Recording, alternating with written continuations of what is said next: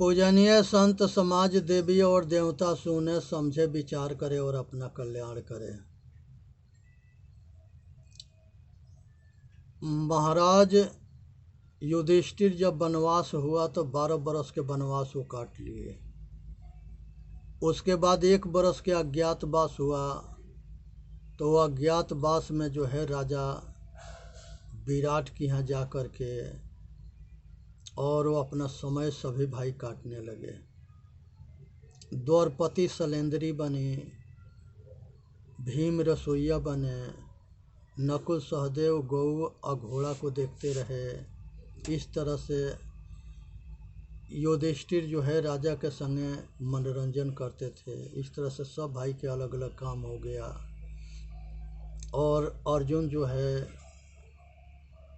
उत्तरा के जो है गाय नित्य कला सिखाने लगे। इसमें जो है एक सेनापति था जो राजा विराट के साला था, कीचक, और वो बहुत बलशाली था, भीम के जैसे शक्तिशाली था। उसके जो है खोपड़ी पर भूत चढ़ गया और वो भूत उतरने के नाम न ले रहा था। दुनिया भूत के खोजता है न, एक काम ही महाशत्रु भूत है। ये अपना पराया सब भुलवा देता है। विवेक के अज्ञान के बत्ती बुझ जाता है जब ये भूत चढ़ता है। तो कीचक जो है अपार बलशाली था, उसके ऊपर ये भूत चढ़ गया। उसने अपने बहन से कहा कि बहन सलेंद्री द्रौपदी के हमारे यहाँ की हमारी कोठी में भेज देना। वो राज में सबसे ज़्यादा शक्तिशाली होने की वजह से द्रौपदी को जो है अपने महल में बुलाता है। द्रौपदी आके भीम से कहती है कि हमके रानी जो है आज रात में कीचक लगे जाने के कह रही है। भीम कह दिया कि जाके कह दो कि हम जाएंगे। भीम अपना कपड़ा बदला, द्रौपदी के कीचक के भवन में चला गया।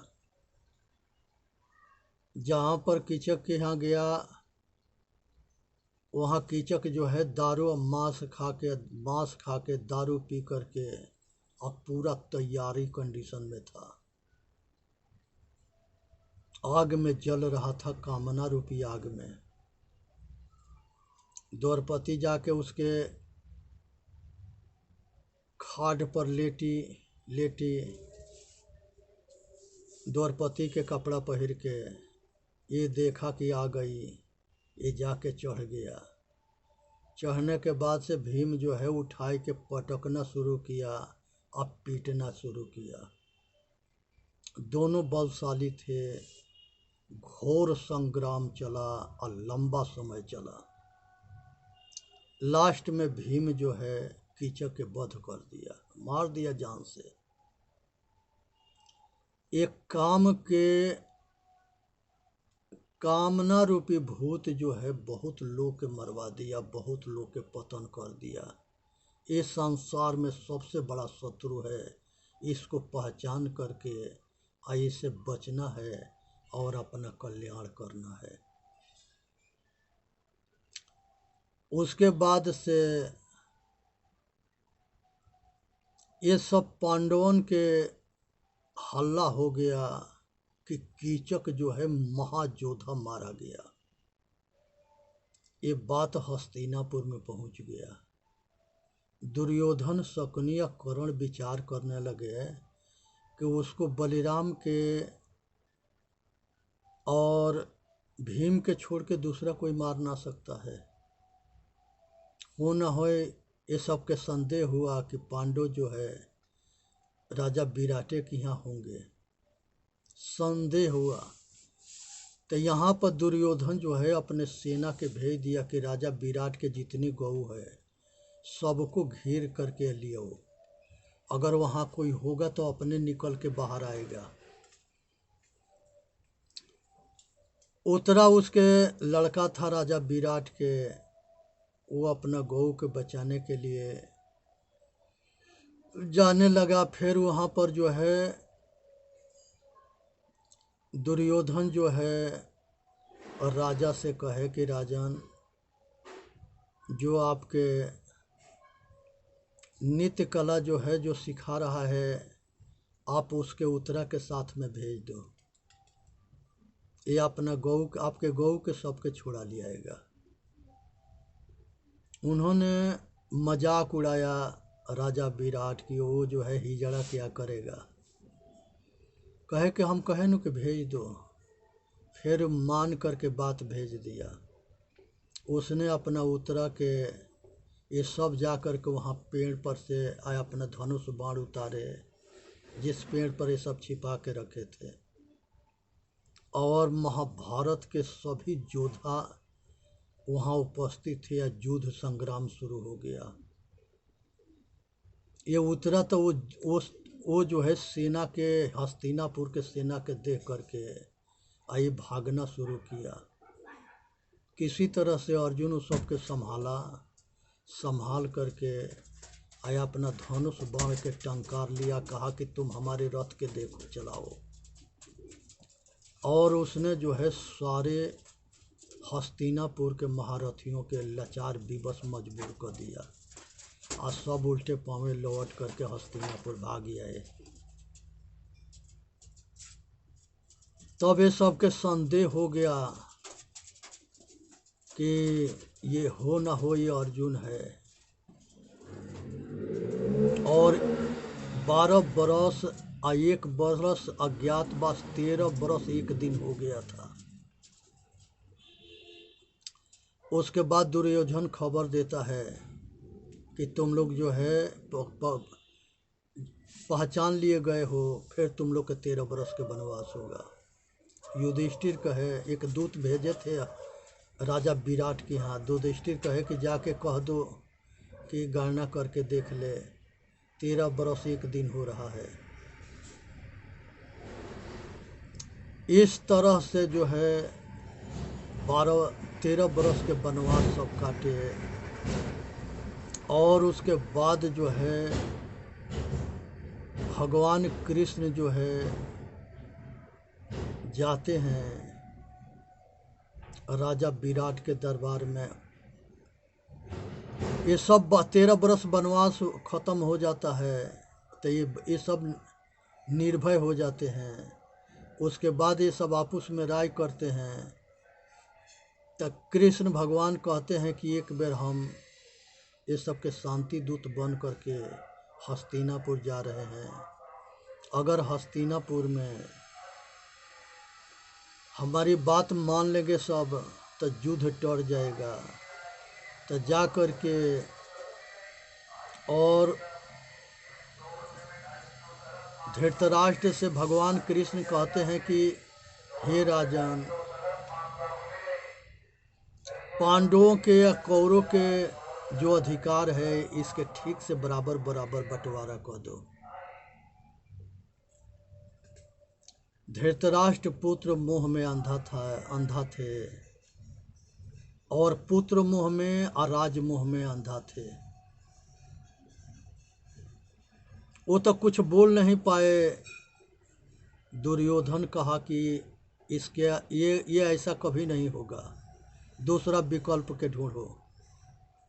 कृष्ण भगवान कहे कि 5 गो गांव दे दो। दुर्योधन उसको भी मने कर दिया, कहा कि बिना लड़ाई के सुई के नोक के बराबर ना देंगे। भगवान कृष्ण कहे कि तुम्हारा अहंकार बोल रहा है दुर्योधन। कभी भुला के ये गलती ना करना चाहिए कि हमसे बड़ा बलवान कोई ना है, हमसे योद्धा ना है, हमसे विद्वान ना है। धनवान बलवान और विद्वान एक से बढ़ के एक मिलेंगे। कभी भुला करके अहंकार ना करना चाहिए। न रूप के, न जवानी के, न पुत्र धन के, न रूप धन के, न परिवार धन के, जर जोरू जमीन, ये सब के अहंकार छोड़ करके जब वो कह दिया कि बिना लड़ाई के सुई के नोक के बराबर ना देंगे, तब जो है दुर्योधन कहा कि ये ग्वाला के बंदी बना लो। वो बंदी बनाने के लिए प्रयत्न किया, उसके सब सेना गए कृष्ण भगवान के बंदी बनाने। कृष्ण भगवान अपना बल बुद्धि विवेक से सबके तेजहीन करके, अपना वीरता के प्रदर्शन दिखा करके सबके मुंह आँख सब बंद कर दिए,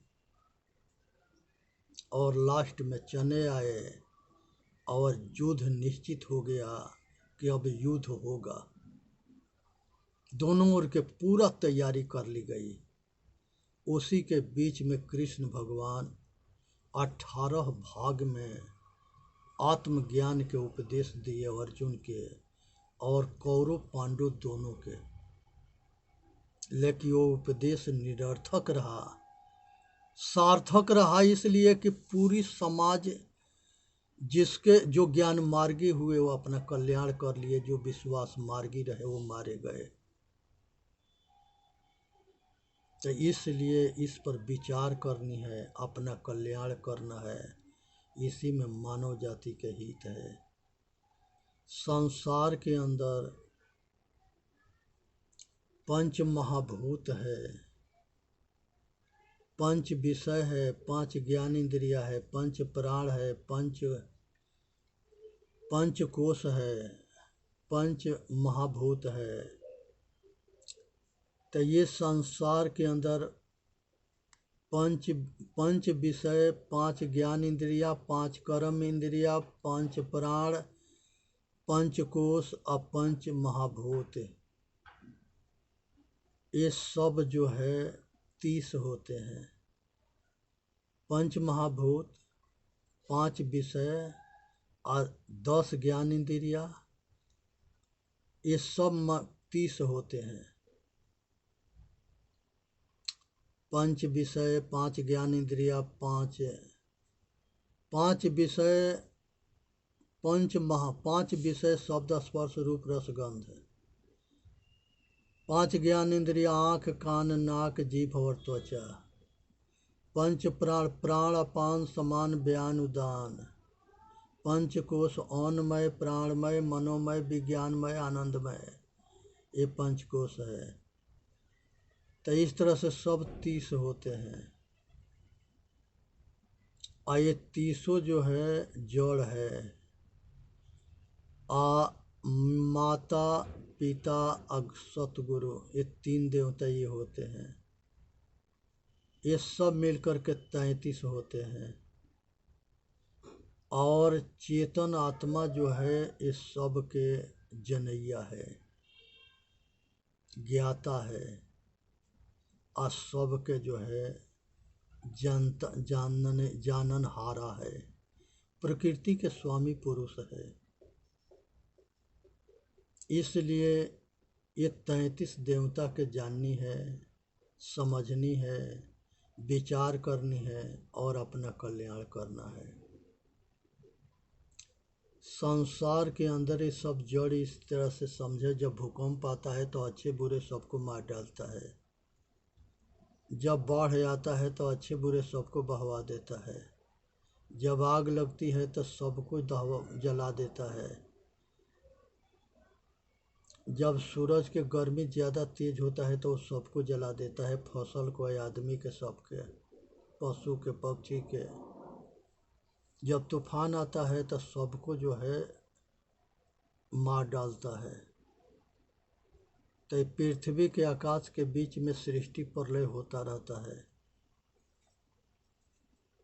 और ये सृष्टि और प्रलय प्रकृति करती है। ब्रह्मा विष्णु महेश किसी ने व्यक्तिगत किसी ने न करता है। चांद सूर्य और तारागण, पृथ्वी जल अग्नि वायु आकाश, सूर्य चांद और तारागण, ये 8 है। ये 8 जो है जड़ है। अचेतन आत्मा सबके सुख के भोगता है। सबके जनैया है, सबके जो है समझता है, साक्षी है। इसलिए इस सब को जान करके आज ज़रूरत है अपना कल्याण करने के। इसी में मानव जाति के हित है। संसार के अंदर जो है मनुष्य अपना कल्याण तबे करता है जब वो संसार के सब दुख के जानता है, तब जाके दुख से छूटने के लिए प्रयत्न करता है। तो यहाँ पर आज ज़रूरत है कि मनुष्य जो है अपना कल्याण करे। इसी में मानव जाति के हित है। यहाँ जो है मनुष्य जो है कामना, वासना, राग, द्वेष में फंसा पड़ा है। आज जो है इस पर एक कहानी है कि एक जो है केवट था, वो मछली मार रहा था। वो जल के अंदर वरुण देवता मिल गए। वरुण देवता के केवट से पूछे कि केवट तू सुखी है? वो कहा कि ना महाराज, हम बहुत दुखी है। कहा कि तेरे दुख के कारण क्या है? कहे कि महाराज हमारे दुख के कारण है कि नदी के किनारे घर है और हर साल जो है बाढ़ में घर जो है टूट फाट जाता है। तो हमसे हट करके कुछ अच्छे मकान, हमके एक मकान बन जाता तो हम सुखी हो जाते। वरुण देवता कहे कि जाओ, तुम्हारे के अच्छे मकान बन जाएगा। उसके मकान अच्छे हो गए। फिर दोबारा मिले। तब तक ले जाके अपने पत्नी के बताया। कहा कि तुमने जाके बोला क्यों नहीं कि हमारे जो है एक पुत्र ना है। दोबारा मिला तो उसके जो है पत्नी पुत्र मांगा। जब तीसरा बार मिला तो पूछा कि अब सुखी है? कहे कि नहीं महाराज, हम सोचते हैं कि हम धन बल विद्या से संपन्न हो जाएं। कहे कि जा, ऐसा भी हो जाएगा। पूछे, फिर गया तो पूछे कि अब सुखी हो? कहे कि नहीं महाराज। कहा कि अब क्या चाहिए? कह रहा है कि हम राजा बन जाते। कहे कि जाओ राजा बन जाना। राजा बन गया। उसके बाद फिर गया, पूछे वरुण देवता कि अब सुखी है? कहा कि ना महाराज। कहा कि अब क्या चाहते हो? कहता है कि हम पूरा दुनिया के भूमंडल के सम्राट बने। वरुण देवता कह दिए कि जा दुनिया के सम्राट बन जा। फिर उसके बाद गया तब मिले तब पूछा कि अब सुखी हो? वरुण देवता पूछे केवट से। कहा कि ना महाराज। तो अब क्या चाहिए? कहा कि अब हम तीनों लोग के स्वामी होना चाहते हैं। वरुण देवता के है कि जहाँ पर थे वहीं पहुँच जा। तो ये मन के दशा यही है।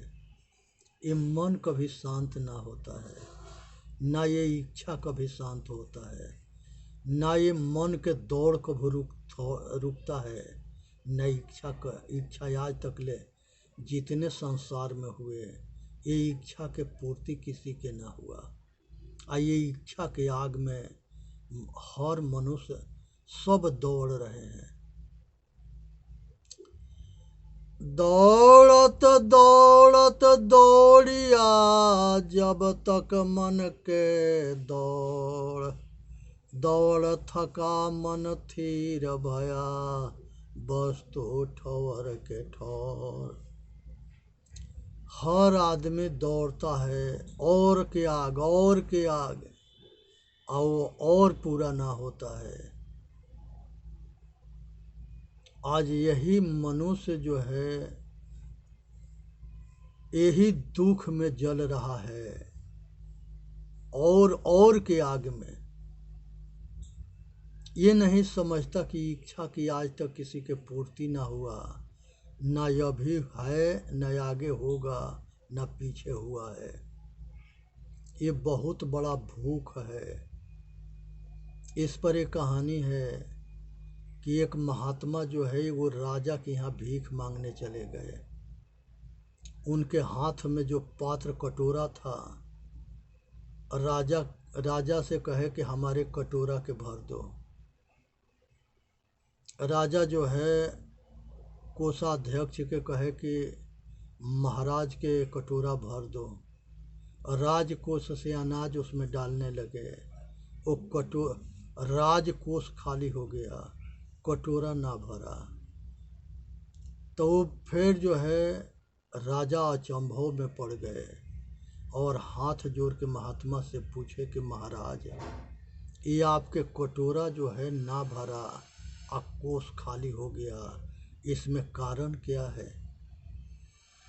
महात्मा जो है राजा को बताए कि यही एक कटोरा है जिसको पेट कहते हैं और जिसको खोपड़ी कहते हैं।